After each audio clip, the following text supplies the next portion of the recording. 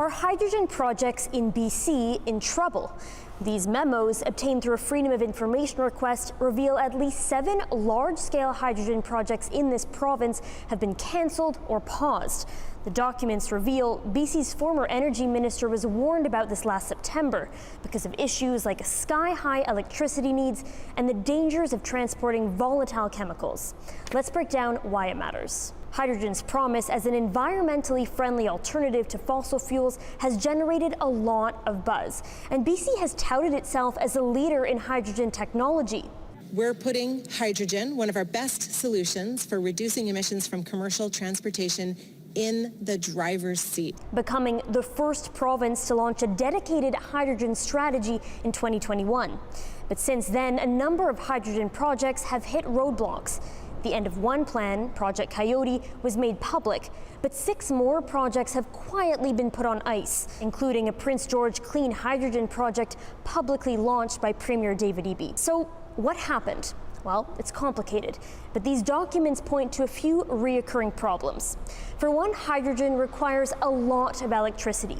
A briefing note sent to Eby last March sounds an alarm about the demand for electricity from numerous proposed industrial projects at various stages of advancement that are requesting over 150 megawatts, including numerous hydrogen projects. It says new policy would be needed to keep electricity rates affordable in BC. To create green hydrogen from electricity, it's going to take a lot of electricity. And we're short of electricity in BC. The government doesn't like to admit that, nor BC Hydro. Another challenge is transport. One of the most efficient ways of moving hydrogen is by chemically combining it with nitrogen to make ammonia, which can be shipped by rail.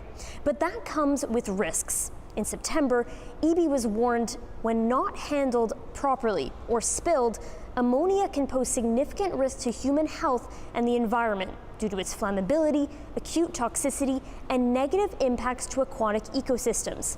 The document also says transporting ammonia by rail would require consultation with dozens of communities and 26 First Nations across the proposed corridor. Those negotiations would be complex. So, is the BC government's plan to build a hydrogen economy feasible?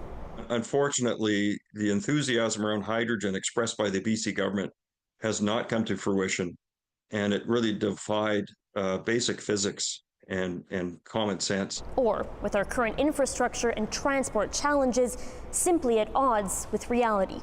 Michelle Ghoussoub, CBC News, Vancouver. BC's Energy Minister, meanwhile, says the problem is not exclusive to BC. Adrian Dix says the government is committed to growing renewable projects in the province. This is not a straight line where you're growing every single year and there are no bumps on the road. But since you received that FOI, some significant things have happened in BC. One, we've announced 10 new renewable energy projects in BC, the size in terms of energy of Site C, and we're going to do more. And we're going to do more on firm power.